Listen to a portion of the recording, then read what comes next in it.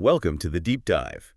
This is where we take a whole stack of sources, dive right in, and pull out those crucial nuggets of knowledge, those insights that give you a real shortcut to being well-informed. That's the goal. Today, we are embarking on, I think, a really fascinating journey into the leader in me.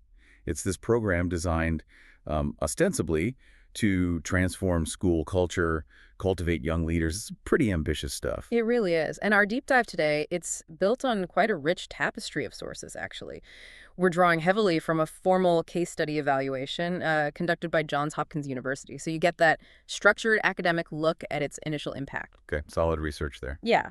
And alongside that, we've got insights from an elementary school's own, positive framing of the initiative. Shows you the aspirational goals, the perceived successes from their end. Right, the kind of how it's supposed to work. Exactly. And then providing a really potent counterpoint, we're tapping into this vibrant, sometimes, frankly, heated online discussion forum. The real-world perspective. Precisely. This forum, it hosts a wide spectrum of opinions from parents, from educators, people directly impacted by the leader in me. Gives us that raw, unfiltered look at how it plays out on the ground. Okay, so our mission for this deep dive is pretty clear then. We need to unpack the leader in me's grand ambitions, look really carefully at its reported benefits, but also critically explore the widespread concerns, the controversies that have definitely cropped up around it. Absolutely. So by the end, you listening should have not just a comprehensive understanding of what this program is, how it gets implemented, but also hopefully a nuanced appreciation for the very different experiences people have had. It's complex. It really is. High hopes on one side, significant challenges on the other. We're going to lay out all those pieces for you, let you draw your own conclusions. Right. Hashtag tag guy, what is the leader in me? Unpacking the core philosophy. Okay, let's unpack this. What exactly is the leader in me? Or TLIM, I guess they call it sometimes. Yeah, TLM. So at its heart, it's this comprehensive program developed by Franklin Covey. People probably know them, productivity tools, training. Right, the planner people. That's the one. But this isn't just like a curriculum students learn in one class. It's designed as a whole school transformation process. Transformation. Okay, so it's big picture. Very big picture. Its reach is meant to be pervasive, impacting every single aspect of the school environment. Classroom, playground, staff meetings, parent-teacher conferences, you name it. Everywhere. Everywhere. And its primary goals, they're quite broad, quite impactful, equip students with essential life skills, prepare them for workforce readiness. It's not just about academics. So whole child development, preparing them for life, careers, being citizens. That's the idea, developing the whole child. And the foundation, the bedrock principles of TLIM, they're drawn directly from Stephen Covey's, super well-known book, The 7 Habits of Highly Effective People. Right, okay. I think most people have at least heard of that one. Probably. And these habits aren't just like a part of the program, they are the program. The framework, the language TLIM introduces, we're talking principles meant to reshape how people think and act. Like which ones? Give us a few examples. Okay, so be proactive. That's all about taking initiative, right? Choosing your response, understanding you're responsible for your own success, not blaming things outside yourself. Okay, taking ownership. Exactly. Then there's begin with the end in mind. Super important. It emphasizes defining your values, your goals, before you start anything. Having that clear vision of where you want to end up. Makes sense, like knowing your destination before you start driving. Perfect analogy.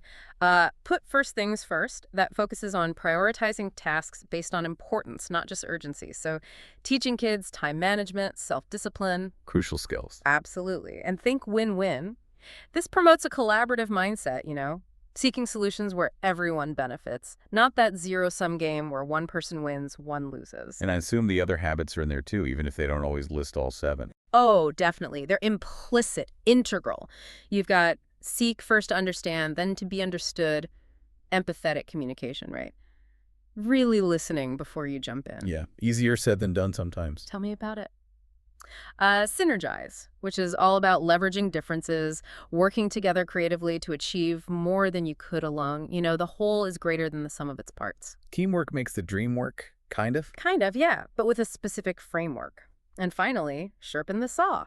That's about continuous self-renewal. Physical, mental, social, emotional, spiritual dimensions. Taking care of yourself so you can keep going. So these 7 habits together, they're like a blueprint for personal effectiveness, success in dealing with others. That's exactly what TLIM aims to instill. In students, teachers, even the wider school community, it's a comprehensive model. Okay, so how do they actually do that? How does a school implement something this pervasive? Right. The implementation strategy is pretty comprehensive. It aims for that deep integration into the school's fabric, not just another add-on. It starts with extensive training, professional development for the entire school staff. The whole team. Everyone. And it's not just a quick overview. It covers leadership principles, the 7 habits in depth, often over multiple days. That Johns Hopkins study we mentioned. It notes teachers at one school, C's, got 3 days of signature training. 3 days. 3 days. And get this, they did it even on furlough days. Furlough days. Wow. So they must have really bought in or felt they had to. The report says they reacted positively, suggesting a pretty strong commitment right from the start. They understood it was a deep shift. Okay, so the staff are trained. Then what? Then, the expectation is they integrate TLIM concepts into all aspects of daily school life. So, yeah, classroom lessons, obviously, but also visible and hall displays, incorporated into assemblies, structuring school-wide activities, reward systems, everything around these principles. So you'd literally see the language everywhere. Exactly. The goal is deep understanding, internalization, and application of the habits by students, not just memorizing them. And it's meant to transfer outside school to home community activities. Extending beyond the school gates. Right. And for the highest level of implementation, they encourage adoption by teachers in their own lives, by parents, community stakeholders, create that common language. One source used the word ubiquitous to describe it. Ubiquitous, meaning the language is just everywhere, Hmm. inserted into every routine. Total cultural immersion is the aim. And underpinning all of this, there's this core philosophy you mentioned, the see-to-get cycle. Tell me more about that. Yeah, the see-to-get cycle, it's fundamental. It proposes this chain reaction. When you change the way you see things, your perspective, your mindset, it influences what you do, your actions, your behavior, and that changes the results you get. Okay, give me an example. How does that work for, say, a student? Okay, think of a kid who struggles with math. If they see themselves as bad at math, incapable, that's their perspective. Right, a fixed mindset, maybe. Exactly. So what do? Maybe avoid homework, tune out in class, give up easily. Those are their actions. And what do they get? Poor grades, frustration, reinforcing that negative self-view. That's the result. A vicious cycle. Totally. But if TLM can help them see themselves differently, maybe as capable of understanding or just capable of improving with effort, a shift in perspective, Okay. then they're more likely to do different things, ask questions, maybe get extra help, practice more, changed actions. And what might they get? Hopefully improved grades, more confidence, a sense of accomplishment, changed results. So it's about changing the internal lens first, to change the external reality. That's the core idea, empowering kids to shift their internal framework, their mindset. It's a powerful concept, trying to spark this profound internal and external shift, individual by individual, and then across the whole school community. So when we look at the positive side, especially pulling from that Johns Hopkins study and the Sun Prairie Schools perspective, there are these really clear recurring themes of positive outcomes they attributed to TLIM. Okay, let's hear them. What are the big perceived benefits? Where did they see improvements? Well, a major one was improved school climate and student behavior. This came up again and again. How so? Like fewer discipline problems. Exactly. Across both schools in the Hopkins, studied WCES and C's teachers, principals, and parents reported seeing tangible improvements.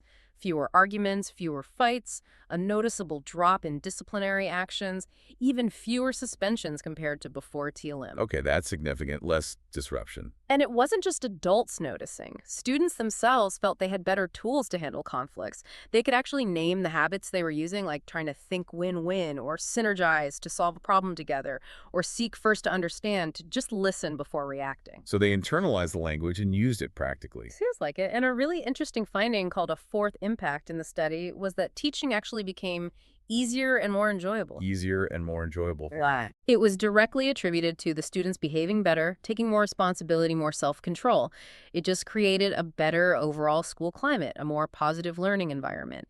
A real culture developed around the 7 habits. I can see how that would make a teacher's day better. Less firefighting, more actual teaching? Precisely. And beyond the general climate, there was a strong focus on student personal development and life skills. Okay, so how did it supposedly help individual kids grow? There was this strong consensus that TLIM was significantly benefiting not just the culture, but students' individual growth. Both students and teachers noted clear benefits in boosting kids' self-motivation, their organizational Like skills, getting homework done on time. yeah, and personal accountability for assignments for their learning, Yeah. empowering them to manage themselves, take ownership rather than always needing, external prodding. Right. And did it extend beyond schoolwork? Apparently so. Parents observed students actually bringing home the habits, which is huge, right? It wasn't just school speak, it led to genuine improvements in family dynamics.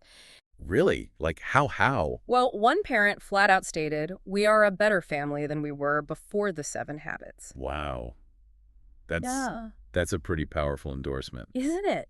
It suggests the program isn't just theoretical, it can be deeply practical, impacting home life. It was widely seen as incorporating basic skill sets, life skills that they will use forever. Things like accountability, confidence. Exactly, those crucial attributes. And interestingly, someone mentioned it provides a common language with the business community How so? by teaching terms and concepts often used in professional settings, sort of bridging that gap between school and future careers, preparing them for the workforce in a way. That's an interesting angle. Yeah. And what did the kids themselves say? Did they buy into it? They seemed quite articulate about it. Students cited various favorite habits like synergize, helping them work better with a sibling maybe, or seek first to understand, helping them figure out why another kid might be acting out instead of just getting mad. Using empathy. Right. And be proactive was popular. One student summed it up nicely, saying it sums up all of the 7 habits. Just taking initiative, doing the right thing. Okay, so it sounds like the positive reports paint a picture of it resonating deeply. What about the teachers? We heard teaching got easier, but how did they feel about adopting this whole new system? Was it just another burden? That's always the risk, isn't it? Teachers are stretched so thin. But interestingly, many teachers reported not viewing TLIM as one more program, one more thing to do. Oh, how do they see it then? More like a way of doing things, a fundamental shift in approach, not just an extra task. At one school, WCES, the principal reported extremely high teacher acceptance, like 90–95%. That's huge buy-in. It's just a broad embrace. Apparently, it fostered more collaboration among teachers sharing that common framework, and having those established discipline expectations based on the habits made classroom management smoother, freeing them up to teach more. Okay, so positive vibes from many teachers. And did it manage to involve the wider community, families? That was definitely a goal. The Hopkins study emphasized that community involvement helps develop wider and more stable roots for the program, makes it less dependent on just 1 or 2 champions inside the school. Makes it more sustainable. Exactly. So conscious efforts were made, info packets home, newsletters explaining the habits, school events, and fascinatingly, many students reportedly took on the role of teaching the habits to their parents. Kids teaching parents. That's quite a dynamic shift. Creates that feedback loop, right? Leadership Day was highlighted as a big example of increased parent and community interest. Families could come in, see the habits in action, see student projects. It showcased the impact and build broader support. You know, what's really striking about all these positive accounts is how these core ideas, self-leadership, leading by example, clear communication, how much they echo what you hear about successful leadership in the business world, too. That's a great point. We looked at that self-leadership article from Guarantee Restoration Services, right? And it emphasized leading by example, self-awareness, communicating expectations clearly, all to create a positive company culture. It really suggests these habits, these principles, are seen as valuable across totally different spheres. Absolutely. From elementary school responsibility to corporate productivity. The fundamental idea that leading yourself well is the first step to leading others effectively. Yeah. Seems universal. And TLIM tries to structure that for kids. That's the promise, definitely. Okay, so we've heard the promise, the positive reports.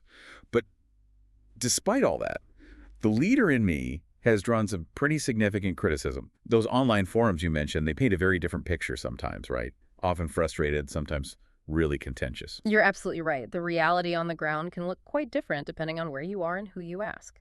Let's dive into some of the most common and, often heated objections, starting with one that pops up constantly.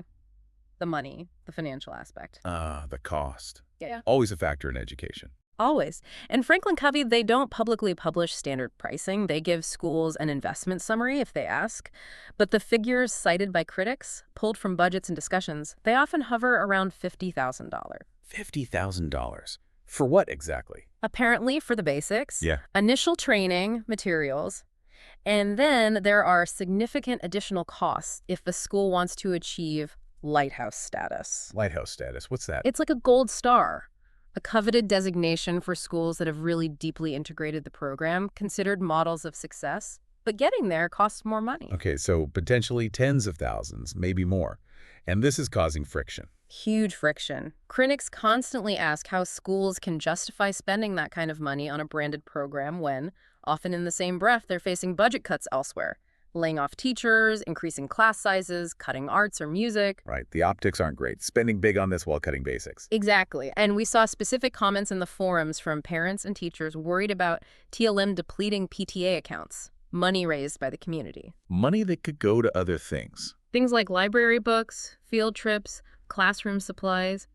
In one really jarring account, a principal was reportedly funding TLIM using proceeds from things like, ice cream sales, vending machines, after-school program fees. Wait, using those kinds of funds? Yeah, and there were even accusations of a conflict of interest because she allegedly also consulted for Franklin Covey. Oh, wow, that's a serious accusation. Potential double dipping. It gets even more pointed. Some critics described what they saw as almost a pyramid scheme. A pyramid scheme? How? The allegation was that these lighthouse schools, the model schools, are encouraged to host visits from other districts considering the program. These visitors pay, say, $50 each to observe. Okay, like a showcase fee. Right. But the critics allege that maybe $25 of that fee went to the Covey Foundation, and the other $25 went back to the district, potentially for administration bonuses. Whoa.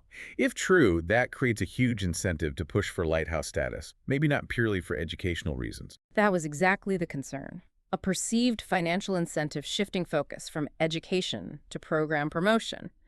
We also saw accusations in the forums of budget cuts in core subjects, teacher raises being frozen, library funds diverted specifically for Covey books, even office supplies getting cut to pay for TLIM printing.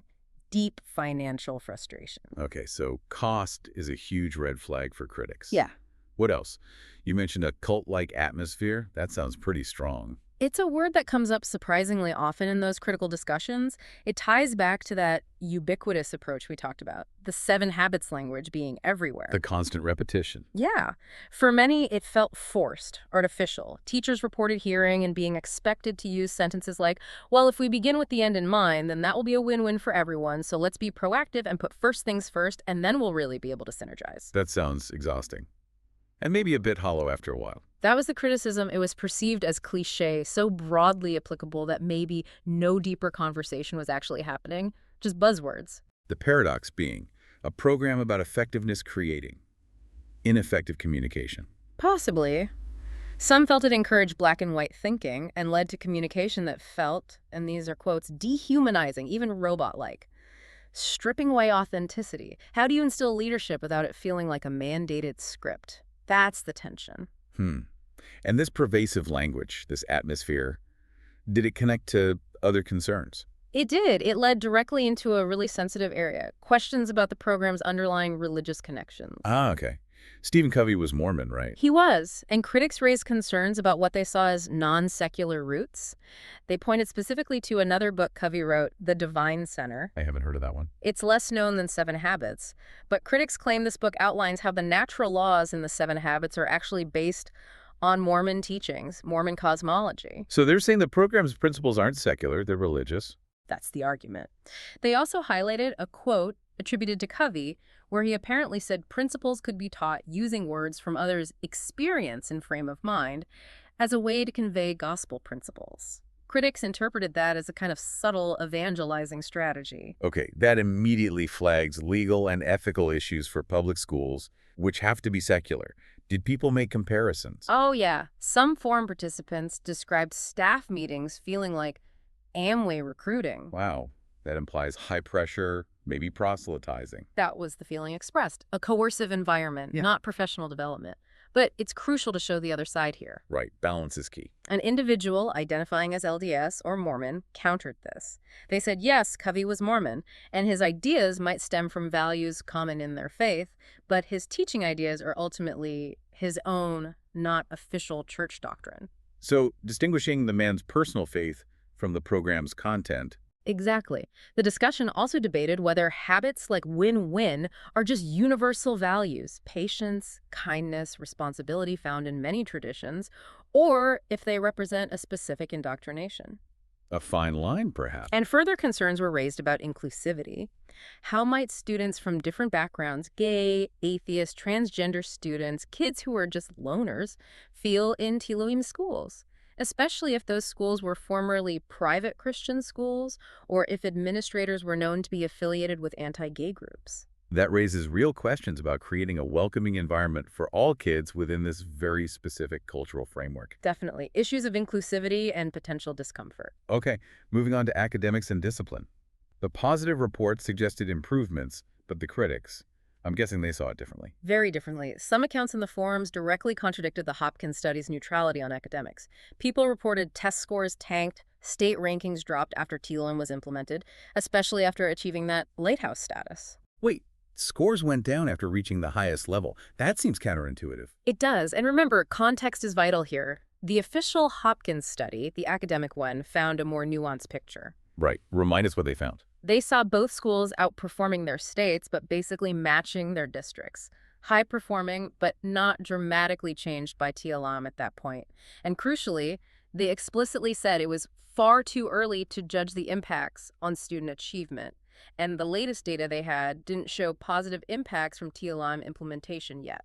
Okay, so the formal study urges caution, while some online anecdotes claim sharp declines.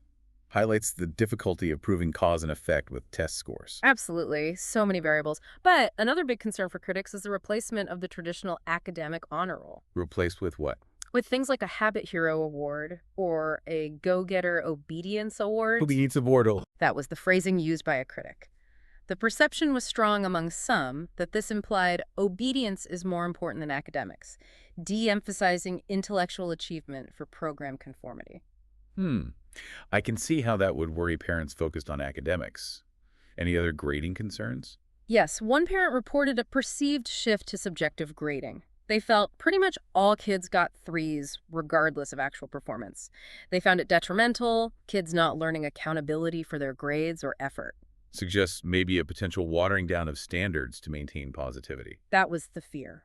And then there's discipline. Some described a twisted interpretation of TLIM, leading to a specific kind of restorative justice model. Restorative justice can be positive, focusing on repairing harm. It can be.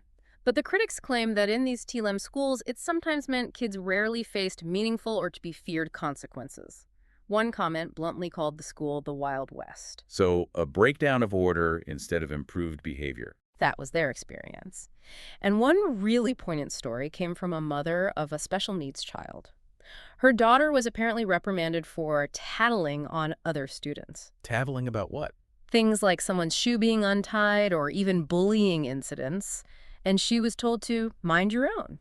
But wait, isn't the program about synergy, working together, being proactive? Uh-huh. Telling someone about a problem seems proactive. Exactly the contradiction the mother pointed out. It felt like it was teaching kids to ignore problems, undermining their instinct to report issues or seek help. Mixed messages indeed. And the teachers. We heard positive reports earlier, but the forums likely had other stories. Oh, definitely. Far from universal praise. Some teachers were reportedly jumping off of the bandwagon as quickly as possible. Why? What were their issues? Instead of making things easier, they experienced increased workload. All the leaderized events, the student-led conferences, they took up huge amounts of instructional time. So, less time for core subjects. That was the trade-off they felt forced to make. Many expressed feeling like puppet masters, basically making decisions for students who lacked the real maturity to lead authentically. Just going through the motions. And spending excessive time in meetings about TLIM implementation, not curriculum or student support. Morale reportedly dropped significantly in these environments. That leadership day, seen positively by some, it became dreaded by many staff due to the intense prep and performance pressure. Dreaded. That's strong. And some schools apparently saw a dozen or more teachers leave after TLIM was implemented. A dozen teachers. That signals major discontent. Huge disillusionment. The overwhelming feeling from these critics was that the program became the only thing that matters, sucking up funds and learning time from everything else. So it wasn't always fostering genuine leadership, but maybe more performative. That's a key criticism. Concerns that students would just parrot off the 7 habits, but none of it really stuck deep down, or that leadership day presentations were heavily rehearsed, creating, as one critic harshly put it, 7 habits robots. Robots. Ouch. One commenter described kids mechanically reciting standard lines about their habit. It suggested external performance over real understanding. And worse, observations from critics suggested those coveted leadership roles. They often went to teachers' kids, kids from well-connected While families, other kids. while intervention students, kids with special needs, were sometimes seen doing menial tasks during visits, sweeping, emptying trash, not given real leadership opportunities. So potentially reinforcing inequality rather than empowering everyone. That was the implication, that the program might not be equally accessible or beneficial for all students, potentially widening existing gaps. Okay, let's circle back to that formal Johns Hopkins study for a minute. Just to ground ourselves again in the more academic perspective, especially regarding outcomes in the study's own scope. Good idea. It provides an important anchor. So it was a replicated qualitative case study design. For those of us not in academia, what does that really mean in practice? Right.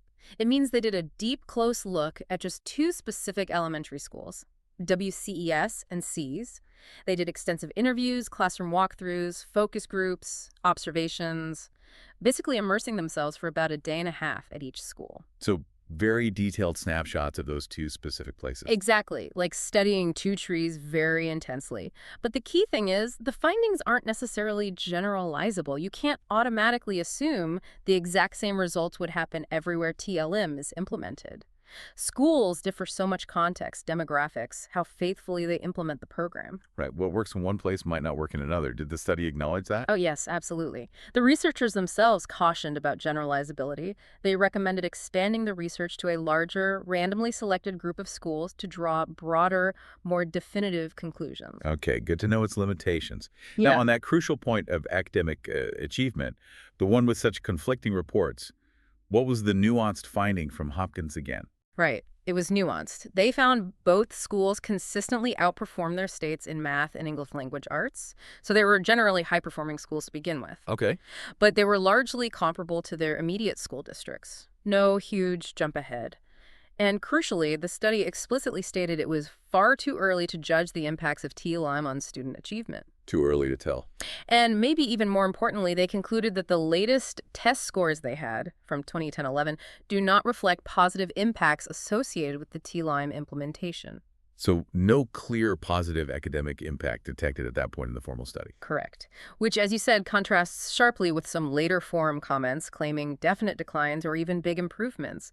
It just highlights how incredibly complex it is to pin test score changes on just one program. So many factors are always at play. It really does. Okay, shifting gears slightly within the program's design.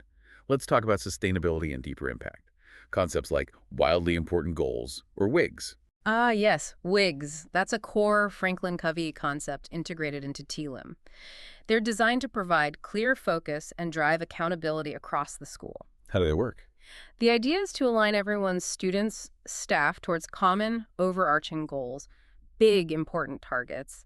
Everyone's opinions are supposed to be considered when setting them. Progress is tracked meticulously, and there's both individual and group accountability for reaching them. So shared goals, track progress. Exactly. And for younger kids, achieving WIGs is celebrated. They try to balance extrinsic rewards, stickers, maybe a class party, with fostering that intrinsic motivation, that internal sense of accomplishment, making success tangible. And this is all part of making the habits stick long-term beyond just the school day. That's the intention. The whole philosophy is that the 7 habits shouldn't just stay at school. They're meant to be taken home, integrated into life. There's a big focus on students discussing them with families, even teaching parents and siblings. Creating that whole ecosystem of leadership development. Precisely. Encouraging families to adopt the habits through direct lessons or just modeling the behaviors. And they stress the importance of broad community and district support for the program to really last.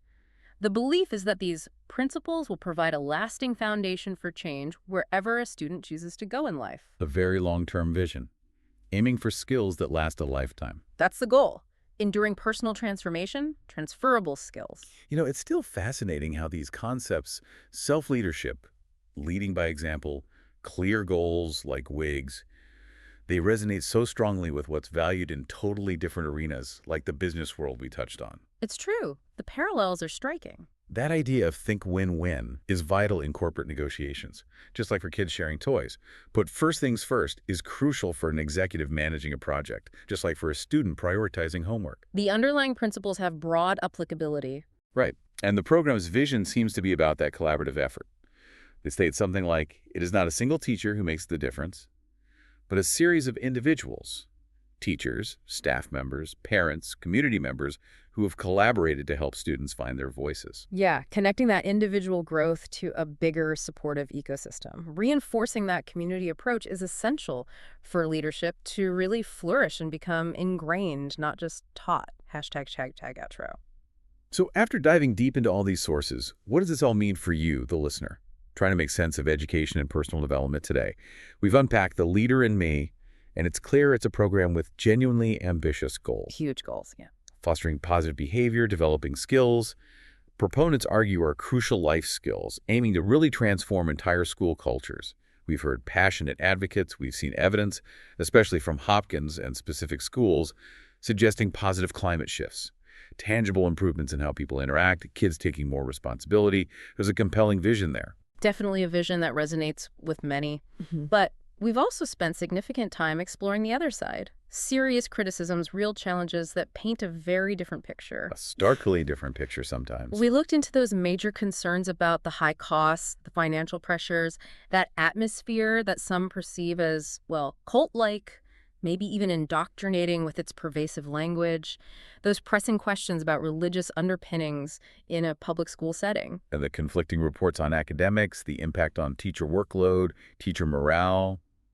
It's a lot to weigh. It really is. And this complex landscape, these glowing testimonials, right alongside serious critiques, it really raises an important question, doesn't it? Which is? Well, given these really diverse outcomes, these strong opinions on both sides, if the ultimate goal truly is to empower students, foster positive character, genuine leadership, what's the best way to get there? What is the optimal balance? Is it a highly structured, branded program like The Leader in Me, with its universal principles, its consistent language, its ready-made framework? Or is it perhaps more organic, community-led initiatives? Things that can adapt more flexibly to unique school needs, local contexts. How can schools cultivate these undeniably crucial skills, responsibility, collaboration, initiative, without potentially sacrificing other vital parts of education, like academic depth or a teacher's authentic connection with their students? Or without inadvertently creating those negative consequences we heard about, the financial strain, that feeling of forced conformity, maybe even excluding some kids. What stands out to you, the listener, as the most impactful takeaway from hearing about these varied, often deeply personal experiences with The Leader in Me? Something to think about.